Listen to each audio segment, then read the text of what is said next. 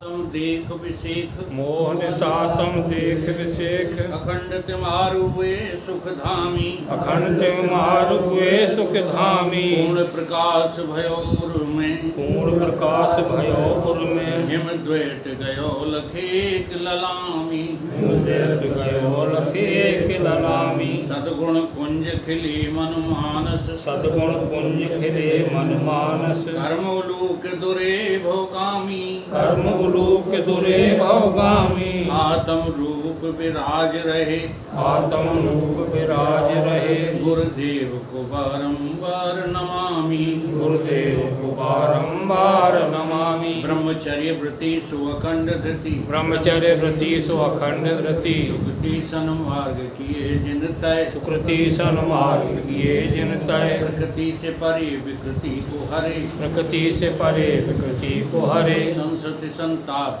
कियो जिन छय संसति संताप कियो जिन छय जगति में जितेंद्र करी जागृति जगति में जितेंद्र करी जागृति निर्मल सद ज्ञान दियो निर्भय निर्मल सद ज्ञान दियो निर्भय श्रोता समाज सभी बोलो श्रोता समाज सभी बोलो श्री सतगुरुदेव भगवान की श्री सतगुरुदेव भगवान की जय श्री सतगुरुदेव भगवान की जय श्री सतगुरुदेव भगवान की जय। पूजनीय स्वामी निश्चलदास जी कृत विचार सागर चतुर्थ तरंग 197 क्रमांक प्रसंग चल रहा है। शास्त्र में एक जो है नीति का श्लोक आया है, उसमें ये कहा गया है कि शास्त्र में, तीर्थ में और संत में, गुरु में, भगवान में जितनी जितनी अधिक श्रद्धा होगी उतना उसका आपको अधिक लाभ मिलेगा। तो ये जो विचार सागर आप पढ़ रहे हैं, अगर पढ़ाने वाले में आपकी श्रद्धा बढ़ गई तो इसकी जो बातें हैं वो आपके हृदय में उतरने लगेंगी। और अश्रद्धा से सुनोगे तो कहीं कुछ भी पल्ले नहीं पड़ता। इसलिए गीता में भी कहा श्रद्धावान लभ्यते ज्ञान, इसका विशेष ध्यान रखो। जो लोग विद्वान बनकर के सुनने आते हैं वेदांत के ग्रंथों को, उनके पल्ले कुछ नहीं पड़ता। ये बहुत बड़ी हकीकत है। इसलिए विचार सागर को सुनते समय कभी भी अपनी बुद्धि का अभिमान करके मत सुनना, नहीं तो ये बुद्धि के स्तर से जो है रपट के निकल जाएगी। तो यही तो होता है। इस कारण से इसको हमारे गुरु बाबा ने बिगाड़ सागर कह दिया कि जिन जिन ने इस विचार सागर को रट लिया और समझा कुछ नहीं, वो बहुत बुरी तरह बिगड़ गए। इतने बिगड़ गए कि एक साधारण आदमी जैसा भी चरित्र नहीं रहा हो। इसलिए उन्होंने इसका नाम कर रख दिया था बिगाड़ सागर। हाँ, कोई बिगाड़ सागर थोड़ी है, ये तो वास्तव में जो है हाँ अपार सिंधु है विचारों का था सागर, इसलिए नाम उसका विचार सागर। तो प्रसंग आज का शुरू होता है। आपको 6 प्रमाण समझा दिए गए थे। आज उसी प्रमाण और प्रमा ज्ञान का लक्षण अलग अलग करके बता रहे हैं। प्रमाण का क्या लक्षण है और प्रमा ज्ञान का क्या लक्षण है। ये प्रमाण क्या होता है? प्रमा ज्ञान का कारण होता है। ये जो 6 प्रमाण आपको दिए गए या अन्य जितने भी संसार में प्रमाण हैं, वो प्रमा ज्ञान की क्या है? कारण है। ठीक है।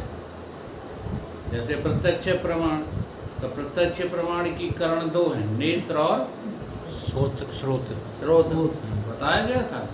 ऐसे ही 6 प्रमाण हैं, उनके सबके जो है वो ये एक ही प्रमा ज्ञान की कारण है।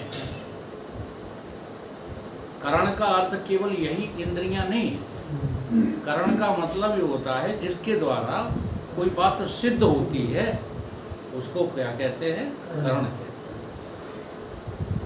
तो प्रमा ज्ञान का जो करण है सो प्रमाण है। प्रमाण किसको कहते हैं? तुम्हारे भीतर प्रमा है, उसी को तो ज्ञान है। या वही चल रही है, ज्ञान भीतर है और तुम्हें लगता कहाँ है? बाहर। ये स्कूटर है, ये भीतर वाले ने जो है पहले ही ग्रहण कर लिया है। जब स्कूटर बाहर दिखा नहीं था तब भी तुम्हारे भीतर स्कूटर का ज्ञान था। अब इतनी मोटी बात कोई जो है विचार नहीं करता है। अगर तुम्हारे भीतर स्कूटर का ज्ञान न होता तो स्कूटर बाहर बन के तैयार कैसे हो जाता? भीतर जहाँ ज्ञान था वही प्रमा है। वही प्रमा है। समझ रहे हैं कि नहीं? हाँ। अब ये ज्ञान कौन सा है? ये खंडित ही ज्ञान है। इसलिए प्रमा को हाँ बड़ा बारीकी से समझना है। इस खंड ज्ञान में भी यथार्थ और यथार्थ हुआ करते हैं, ठीक है? नहीं तो यथार्थ ज्ञान तो केवल ब्रह्म को कहते हैं। तो यहाँ ब्रह्म की अभी चर्चा नहीं हो रही हो। इस विषय को जरा जो है गहराई से लेना। तो अब क्या है ये प्रमा? प्रमा को समझो। स्मृति से भिन्न जो आपको याद आ जाती है वो ज्ञान प्रमा ज्ञान नहीं है। जैसे श्लोक याद आ जाते हैं, भजन कीर्तन याद आ जाता है, आ जाता है कि नहीं? तो ये तो स्मृति ज्ञान है। ये प्रमा ज्ञान नहीं है। इसको क्या कहोगे? स्मृति ज्ञान। और ज़्यादातर लोग भ्रमित हैं तो इसी ज्ञान की वजह से। स्मृति ज्ञान जिनका बढ़ जाता है, ऐसे विद्वान लोग फिर किसी को कुछ गिनते नहीं हैं और चाहे कुछ जो है धर्म के विषय में बोलते हैं। जैसे हमारे मथुरा वृंदावन के संत थे पूजनीय कृपालु जी महाराज, आदि गुरु शंकराचार्य को अपशब्द बोल देते थे। अब कल भदौरिया भी बोल रहे थे, आपने ध्यान नहीं दिया? बोला था। भदौरिया ने कहा आदि गुरु शंकराचार्य तो अभी पैदा हुए, पता ही नहीं। फिर ये गुरु पूजा क्यों की जाती है? अगर गुरु अभी अभी पैदा हुए होते तो तुम लोग पूजते उनको? नहीं। अर्जुन ने साफ मना कर दिया था, हाँ पूजने के लिए मना कर दिया था। तुम हमसे झूठ बोल रहे हो, हमारे सामने तुम पैदा हुए हो और तुम कहते हो कि मैंने ये ज्ञान आदिकाल में विवस्वान को दिया, तुम मेरे से झूठ बोल रहे हो। अभी यहाँ तक पार्थ को श्रद्धा नहीं है। नहीं। पहले तो भगवान ने उनके अंदर श्रद्धा डालने के लिए तमाम बातें सुनाई हैं। श्रद्धा होना कोई बच्चों का खेल है। एक बार श्रद्धा हो जाती है ना, निष्ठा कहते हैं जैसे, फिर उसे तोड़ने वाले तो स्वयं ईश्वर भी नहीं होते। उसी को कहते हैं श्रद्धा। ऐसी श्रद्धा जब हो जाती है ना, तो फिर गुरु के द्वारा दिया गया जो विषय होता है वो सब अमृत ही होता है। तो स्मृति ज्ञान से भिन्न, परिभाषा समझिए। प्रमा क्या है? स्मृति ज्ञान से। अब जो जो तुम्हें याद आती रहे वो प्रमा नहीं है। ख्याल रखना इस बात का। चाहे वेदों के गहरी से गहरे श्लोक भी, उनके अर्थ भी। इसलिए आप सुबह जब गुरु वंदना करते हो तो ये आता है कि नहीं, खडंगाद वेदो मुखे शास्त्र विद्या कवित्वाद गद्धम सुपद्धम करोति मनुष्येन लग्नम गुरु रंध पद में तथा किम तथा किम तथा किम तथा। वो इसलिए कि वो सारा का सारा स्मृति ज्ञान है जो हमने पुस्तकों से लिया है। वो क्या है? स्मृति ज्ञान है। इससे भिन्न जो अबाधित अर्थ को मतलब जो बाध ना किया जा सके। जैसे स्कूटर में तुम क्या क्या बाध कर दोगे, उदाहरण के लिए उसकी बनावट बाध कर दोगे, उसका कलर बाध कर दोगे, है ना, सीट बाध कर दोगे, पहिया बाध कर दोगे, क्या उसकी धातु को बाध कर पाओगे? नहीं। अब समझ में आ गई? अबाधित अर्थ, स्कूटर माने कुछ नहीं लोहा, मकान माने कुछ नहीं मिट्टी, ठीक है? हैं? हाँ, अबाधित अर्थ, अबाधित का अर्थ मतलब जो तुम देख रहे हो वो ज्ञान नहीं है। तुम स्कूटर देख रहे हो तो स्कूटर ज्ञान थोड़ी है। वहाँ स्कूटर में जो तत्व विद्यमान है, जो तुम्हारे यहाँ से गया है, यहाँ से पहुँचा है वहाँ, वो और ये दो नहीं है, एक ही है। इसलिए वहाँ ज्ञान हो रहा है। लेकिन चूंकि आवरण है इसलिए उस वस्तु को गुणों के आधार पर कह देते हो ये है, असल में वो है नहीं। है तो वो एक ही जो तुम्हारे भीतर है, वही स्कूटर में है। इसलिए जड़ को चेतन देखना बहुत कठिन काम है, चेतन को चेतन देखना तो सरल है। हाँ, चेतन को चेतन तो कोई भी देख सकता है, देख ही रहे हो। किसी का दर्द महसूस करो न करो, लेकिन तुम्हारे जब काटा जाएगा तो तुम्हें दर्द लगेगा कि नहीं लगेगा? तो तुम अपने को चेतन महसूस करते हो कि नहीं करते? ये तो आसान काम है, लेकिन जरा जड़ को भी चेतन देखना शुरू करो। भील नहीं करती थी ऐसा, जो राम की भक्त थी। जी हाँ, उसे न फूल दिखाई देते थे, न कांटे दिखाई देते थे, न अन्य कोई व्यक्ति दिखाई देता था, केवल राम ही राम दिखाई देते। किसी भी रूप को देखे, कोयल बोल रही है तो ध्यान लग जाए, उसका समाधि लग जाए, मेरे राम जी इतनी बड़ी आवाज बोल रहे हैं। ये भाव नहीं है, ये वही है जिसको पढ़ रहे हैं प्रमा ज्ञान। भाव अलग बात होती है। भाव जो होता है ना, वो तो अंतःकरण के अधीन होता है, और ये अंतःकरण के पार बैठा है। तो अबाधित विषय को विषय करने, अबाधित अर्थ को विषय करने वाला ज्ञान है, उसको क्या कहा है? प्रमा कहा है। स्मृति ज्ञान प्रमा नहीं है। क्यों? जो प्रमा ज्ञान है सो प्रमाता के आश्रित होता है। ध्यान दो, किसके अधीन होता है? प्रमाता। अब यहाँ प्रमाता को समझना है। प्रमाता चेतन ही है, किसी प्रमाण की उपाधि से। समझ रहे कि नहीं? प्रमाता का अर्थ जो है अंतःकरण नहीं है, अंतःकरण की उपाधि जिसको मिली है वो है प्रमाता। आया कुछ समझ में? नहीं आया? जैसे डॉक्टर तुम हो, हैं? सूबेदार तुम हो, ये तो तुमको उपाधि मिली है। तुम कौन हो भाई? जिसको उपाधि मिली है वो तुम हो, जो उपाधि मिली है वो तो तुम नहीं हो। तो तुम्हें उपाधि डॉक्टर की मिली, ने सूबेदार की मिली, आपको जो है टेलर की मिली, सो तो तुम नहीं हो। तुम कौन हो? मनुष्य हो। ठीक उसी प्रकार से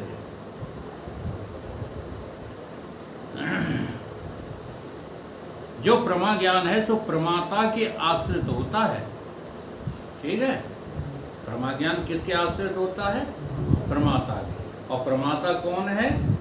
जिसको अंतःकरण, जो अंतःकरण जिसने प्राप्त किया है वो है प्रमाता। अंतःकरण स्वयं प्रमाता नहीं, अंतःकरण तो जड़ है। अंतःकरण उपाय चेतन। हाँ, उपैत माने उपाधि, हाँ, उपहित माने उपाधि तो होता है। अंतःकरण उपहित चेतन।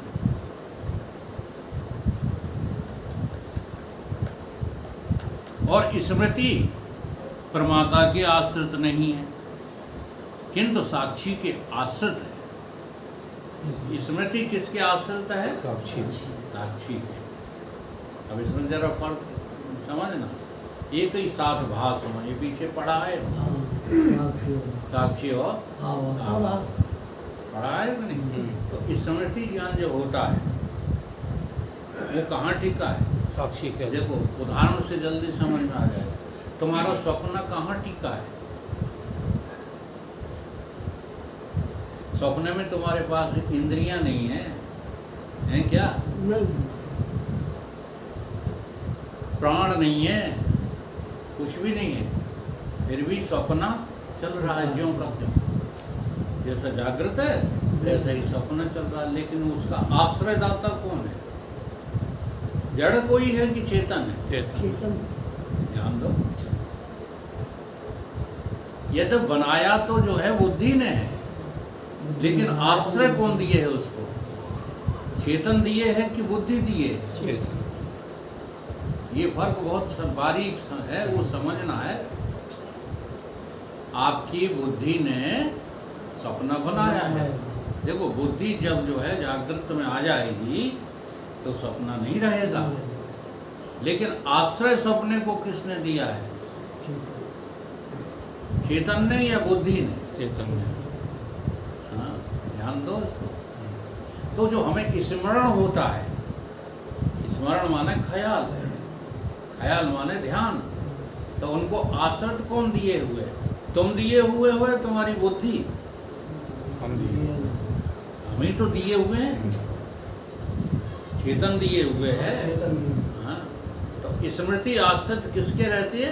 साक्षी। जो भी स्मरण आता है आपको, उसका आश्रयदाता कोई और नहीं है, साक्षी। स्वयं साक्षी स्वरूप आप ही। और भ्रांति ज्ञान और संशय भी साक्षी के आश्रित अंगीकार किए हैं। इसी कारण से स्मृति और भ्रांति और संशय ज्ञान, ये तीनों आभास सहित अविद्या की वृत्ति रूप हैं। ये तीन चीजें जो हैं वो काय की वृत्ति बन गई? अविद्या।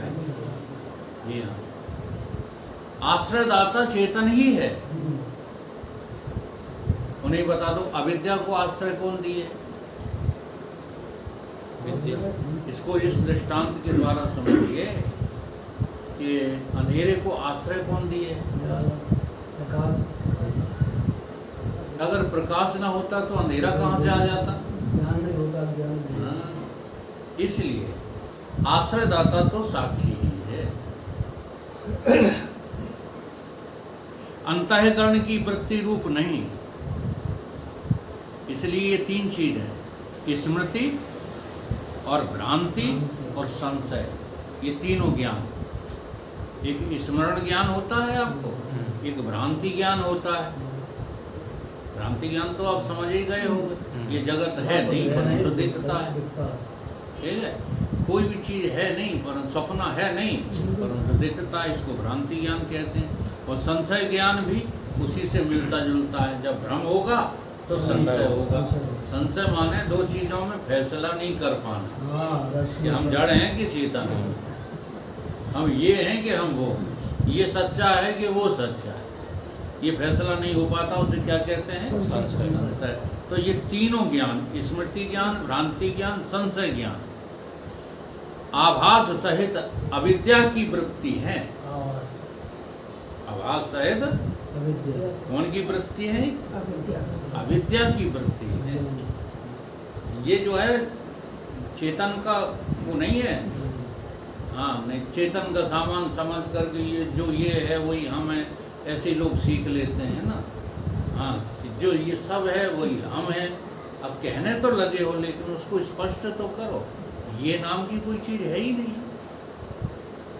इसलिए बातें सब समझाई जाती हैं। हाँ, और जब समझाई जाती हैं तो हम याद करने में जुट जाते हैं, और याद नहीं होता तो हम क्या कहते हैं? फिर विचार सागर अच्छा नहीं है, मत याद होने दो, याद करने के चक्कर में मत पड़ो। तुम तो केवल समझने के चक्कर में हो।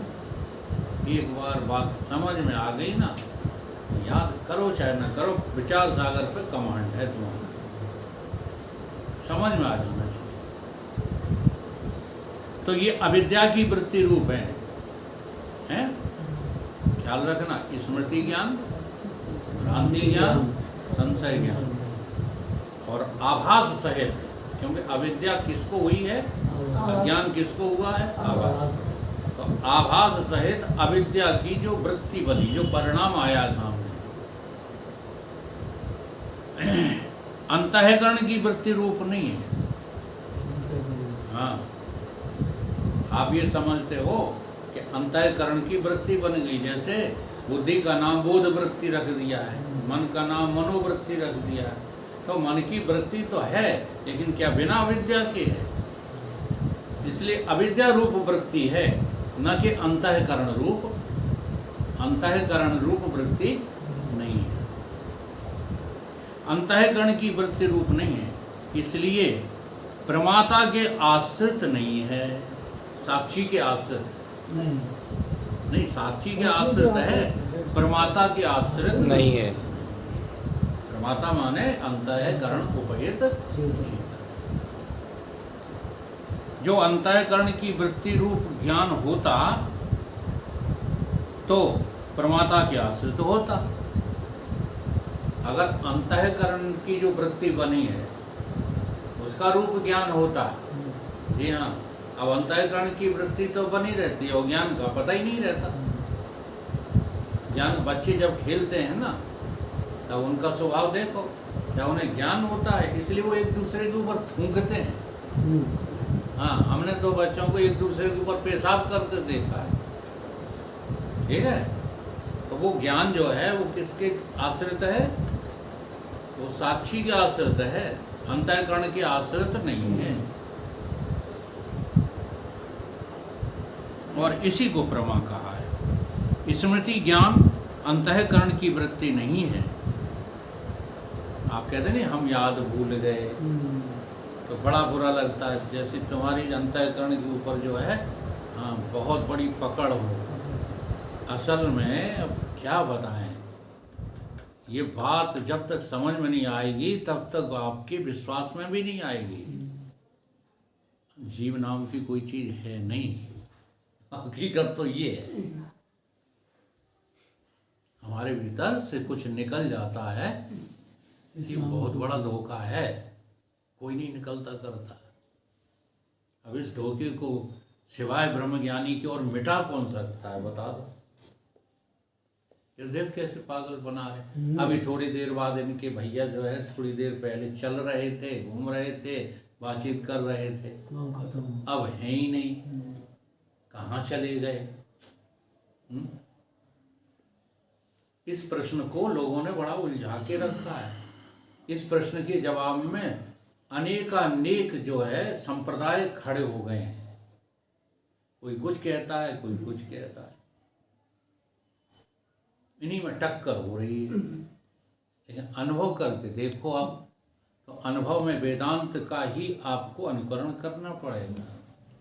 लोग वेदांत को कहते हैं कि अभी बनाया है, आदिगुरु शंकराचार्य अभी आए हैं और उन्होंने की अद्वैत की स्थापना कर दी है। अच्छा, द्वैत की स्थापना करी वो आदिगुरु शंकराचार्य से पहले आए थे? तो कमाल करते हो। आदिगुरु शंकराचार्य से जो पहले आए थे उनने कब द्वैत की स्थापना की? जैसे कृष्ण आए, राम आए, इनके वचनों को पढ़ो, गीता उन्हीं का तो वचन है, तो गीता में कहाँ द्वैत सिद्ध किया गया? लेकिन मूर्ख लोग ऐसी बात कर देते हैं, क्यों? क्योंकि उनको ऐसा लगता है कि अंतःकरण ही सब कुछ है, ये निकल जाएगा तो हम नहीं रहेंगे। एक भजन जो है आप लोगों ने सुना होगा, शायद हमारी धर्मपत्नी सुनाते थे, जीवन के देवता का करते रहे निरादर। जीवन के देवता का करते रहे अनादर। अच्छा, हाँ, तो आपके जीवन का देवता कौन है?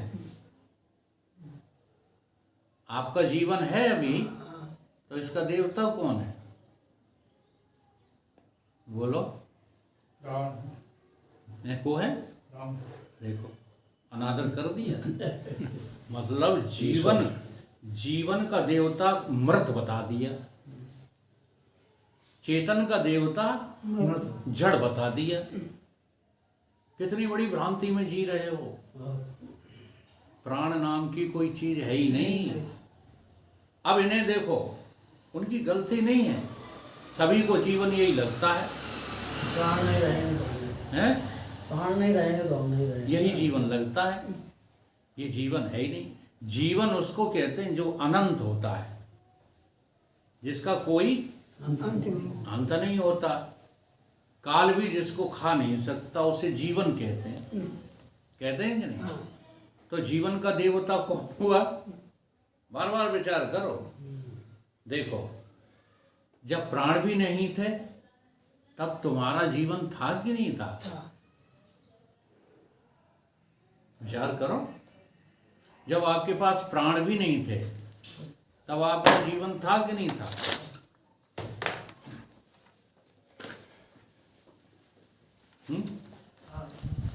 अब ये अनुभव कब किया तुमने? जब प्राण भी नहीं थे, सुप्ति में, नींद में अनुभव किया है। नींद में तुम्हारे पास प्राण नहीं है? तो किसी काम के नहीं। जब चीज हमारे पास है ही नहीं तो हम कल्पना क्यों करें उस चीज की कि हमारे काम के नहीं रहे थे इसलिए नहीं थे? ऐसा नहीं है।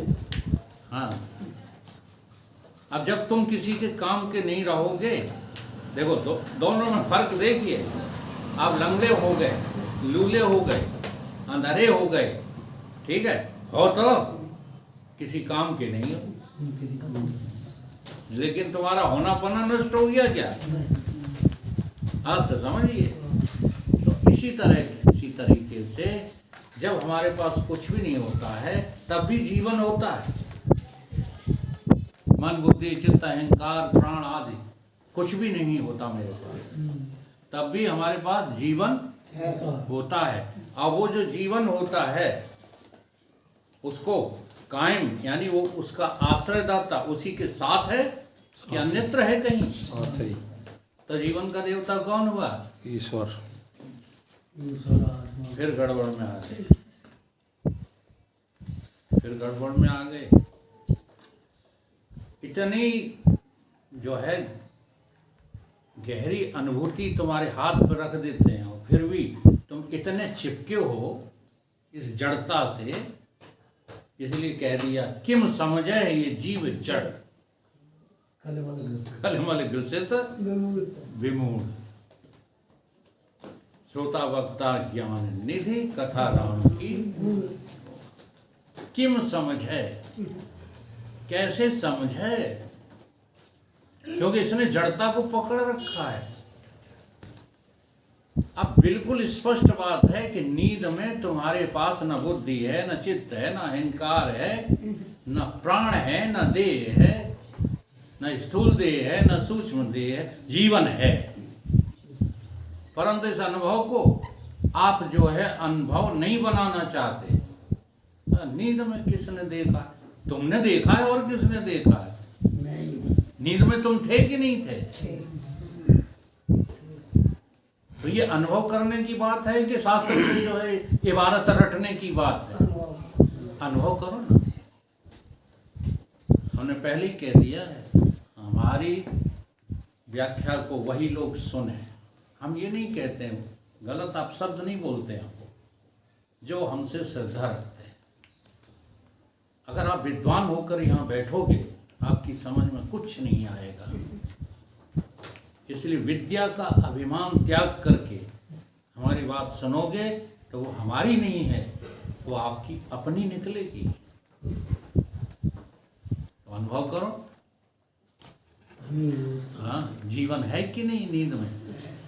अब जैसी नींद है, ध्यान देना, ऐसे ही ये शास्त्र कह रहा है, संत कह रहे हैं, ऐसी मौत है।